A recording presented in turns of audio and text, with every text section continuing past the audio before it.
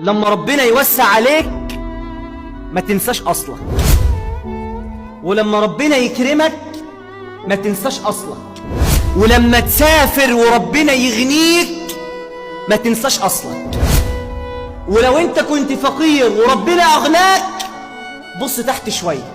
عارف ليه؟ لأن النبي صلى الله عليه وسلم قال: وما تواضع أحد لله إلا ورفعه الله. والله العظيم تلاقي الإنسان اللي بيتواضع ده فوق كل الناس، والإنسان اللي بيتواضع ده غني عن الناس كلها، لأن الإنسان اللي بيتكبر ده إنسان عنده نقص في حياته. وقلت لك لما ربنا هيديك نعمة لازما يختبرك فيها، ولازما يبتليك بيها سبحانه وتعالى وجل في علاه. جلس النبي صلى الله عليه وسلم مع الصحابة، والحديث رواه البخاري ومسلم. قال النبي للصحابة: كان في من كان قبلكم 3 نفر، كان في الأزمنة اللي قبل منكم 3 من الرجال. مالهم يا رسول الله؟ هقول لك الموقف ده ونختم بيه إن شاء الله. رجل أبرص، ورجل أقرع، ورجل أعمى. راجل أبرص يعني عنده مرض البرص يا كرام، اللي هو تغير لون الجلد. نعوذ بالله يا ربي أن يبتلينا بهذا المرض، وأن يشفي جميع مرضى المسلمين كله أمين.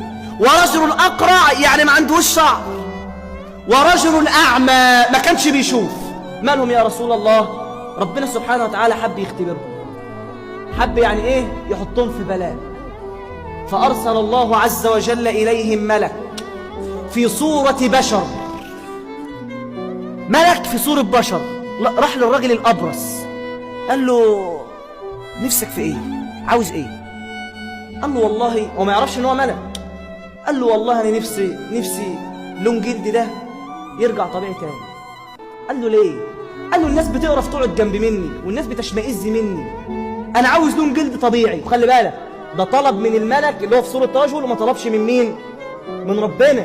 عشان خلي بالك انت اللي بتذل نفسك للبشر، والله العظيم انت المفروض تطلب من ربنا، اوعى تذل نفسك للبشر. قال له نفسك في ايه؟ قال له نفسي لون جلدي ده يتغير يرجع طبيعي. فمسح عليه فعاد جلده الى الطبيعي بقدرة الله. قال له انت عندك اموال قال له لا والله ده انا فقير جدا. قال له طب وعايز ايه؟ قال له انا عاوز يكون عندي وادي من الابل، عايز يكون عندي ابل كتير جدا، جمال موت يا طماع. فاداله ناقة واحدة بس، جمل واحد، عشراء يعني حامل قريبة الولادة، وقال له بارك الله لك فيه.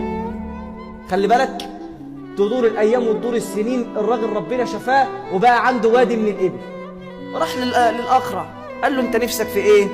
قال له يا عم انا نفسي في شويه شعر، بدل ما انا امشي بين الناس يشتموني ويقولوا لي يا اقرع يا ما اعرفش ايه، الناس يعني ايه بتتكسف تقعد معايا. فمسح على راسه فاعطاه الله عز وجل الشعر. قال له نفسك في ايه بقى من الاموال؟ قال له عاوز يكون عندي وادي من البقر. فاداله بقره واحده بس، وقال له بارك الله لك فيه، وبقى عنده وادي من البقر. راح للأعمى قال له نفسك في ايه؟ قال أتمنى من الله أن يرد الله إلي بصري. فمسح على عينيه فرد الله إليه بصره. قال له نفسك في ايه تاني؟ قال له أنا عاوز شاة، معزة واحدة بس، خروف واحد، حاجة بس صغيرة كده تجيب لي شوية لبن أكلهم أنا وزوجتي وأولادي، ويا عم كده الحمد لله رضا قوي. فاداله شاه وعشراء برضه هتولد. قال له بارك الله لك فيه. فأصبح عنده واد من الشاه. تدور الأيام وتدور السنين، ويجي الملك لكل واحد فيهم على صورته الحقيقية تاني. خلي بالك، سامحوني يعني لو أنا طولت عليكم، 3 دقايق ونختم إن شاء الله. فيقول له راح للرجل الأبرص، يقول له الملك بقى جاله في صورة رجل أبرص تاني، بيقول له أنا عاوز حسنة لله. فبيقول له أنت ما تعرفش أنا مين؟ بيستكبر عليه اهو. بقول له يا عم أعطني مما أعطاك الله، اديني أي حاجة من اللي ربنا اداها لك. قال هذا المال ورثته كابرا عن كابر، ده أنا ورثه من أبويا ومن جده ما فيش يا عم، ربنا ما ادانيش حاجة، ده أنا اللي جايبها من الصفر. استكبر وكفر بنعمة ربنا. فبيقول له أما كنت أبرصا فشفاك الله، أما كنت فقيرا فأغناك الله؟ قال له لا. قال اللهم إن كنت كاذبا صيرك الله. فكذب، فرجع أبرص تاني وخسر كل فلوسه، كل وادي البقر والإبل بتوعه دول خسرهم كلهم. ليه؟ علشان استكبر وكان طماع وكذاب.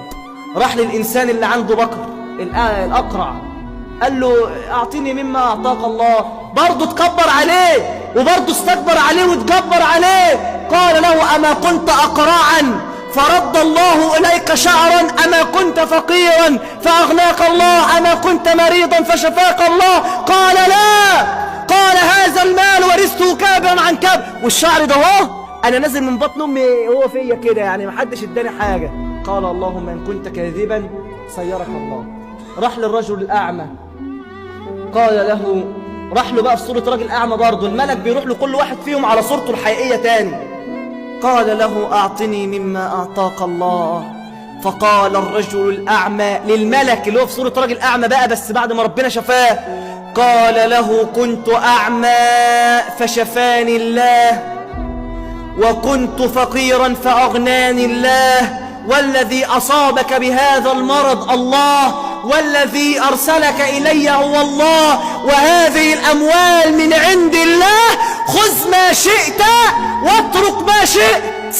فقال له الملك أيها الرجل أمسك عليك مالك، هذا اختبار من الله لك، لقد رضي الله عنك وسخط عن صاحبيك.